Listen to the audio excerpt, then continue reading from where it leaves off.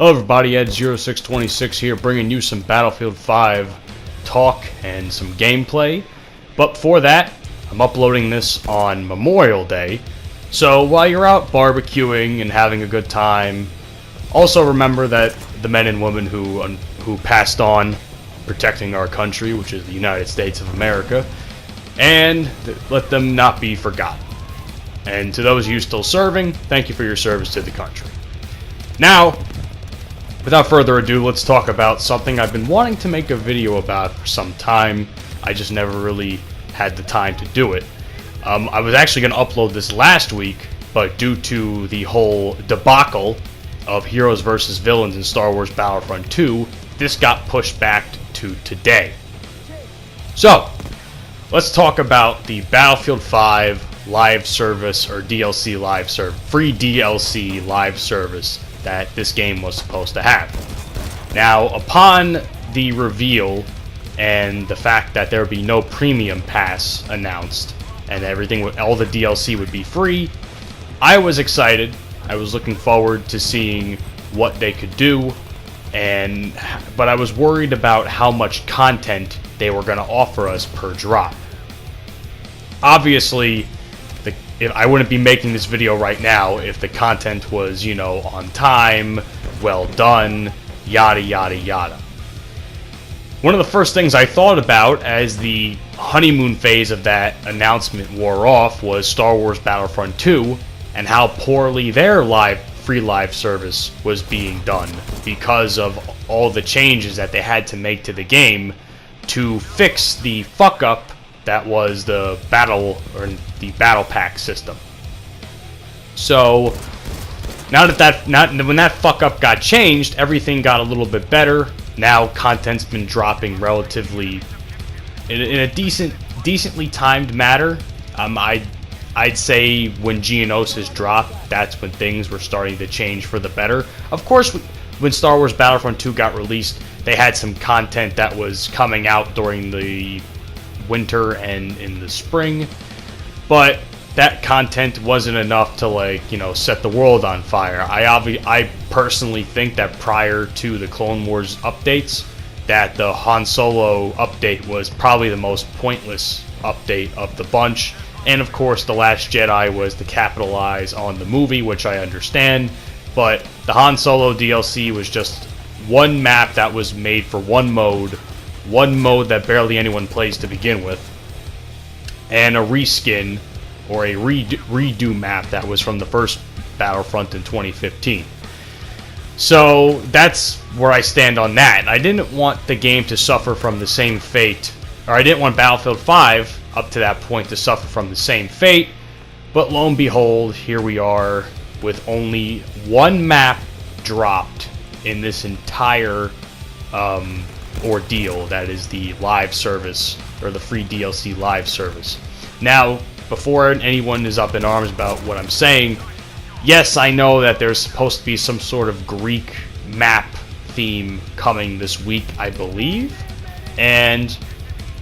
but let's be honest here. And I also know that there's been weapons that have been consistently dropping every couple of months with the Tides of War. However, in my personal opinion, when it comes to Battlefield anyway, weapons don't set the world on fire. Yes, new weapons are obviously welcomed additions to each game, but in my opinion, it's the maps that really, matter.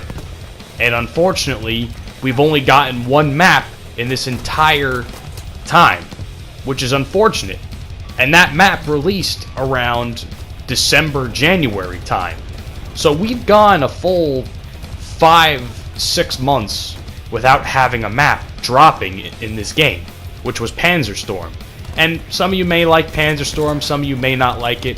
I'm sort of in between. I think the map's a little bit too big if you're doing infantry running, but for vehicles, it's absolutely perfect. But I rest my case.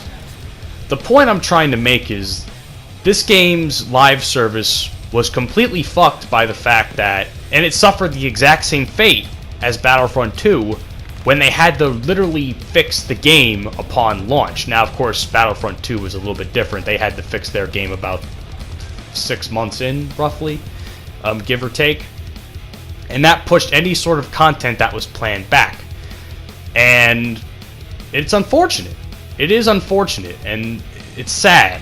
It makes me sad, and we really need content to come to this game.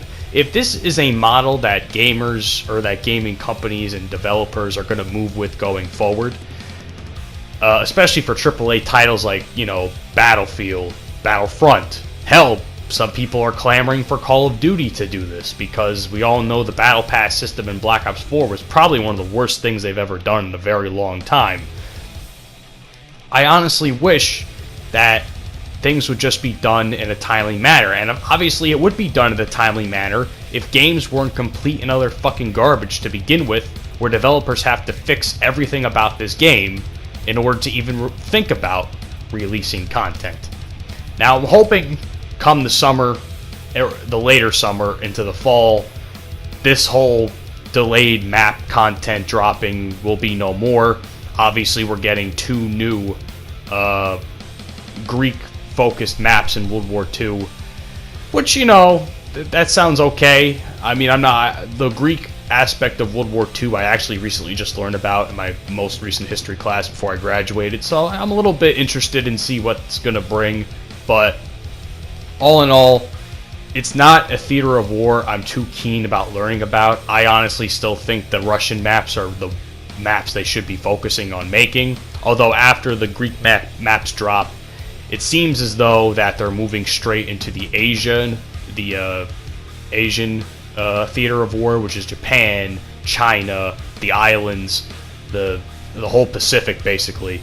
You know, so that's something to look forward to. I don't think that's something that's touched on as much as it should. Basically, the last time that's ever been touched on was Call of Duty World at War. But that's it, man. Let's just put it this way.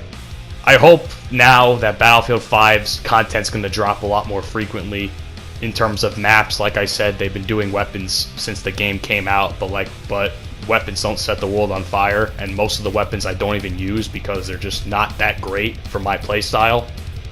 So yeah, we'll see where it goes in the future. All in all, in terms of the whole free live service in general, I don't want to say it's a failure, but it's definitely not where it could have been in terms of both Battlefront 2 and Battlefield 5, the two most popular games that I know of that are using this. But that's just how it goes. Anyway, guys, let me know what you think on this topic down in the comment section below. I'd love to get your thoughts about this whole thing. My name is Ed0626. Hope you guys have a great rest of your day. Enjoy the barbecue, but don't forget for what today is all about. Have a good one, and I'll see you all in the next upload.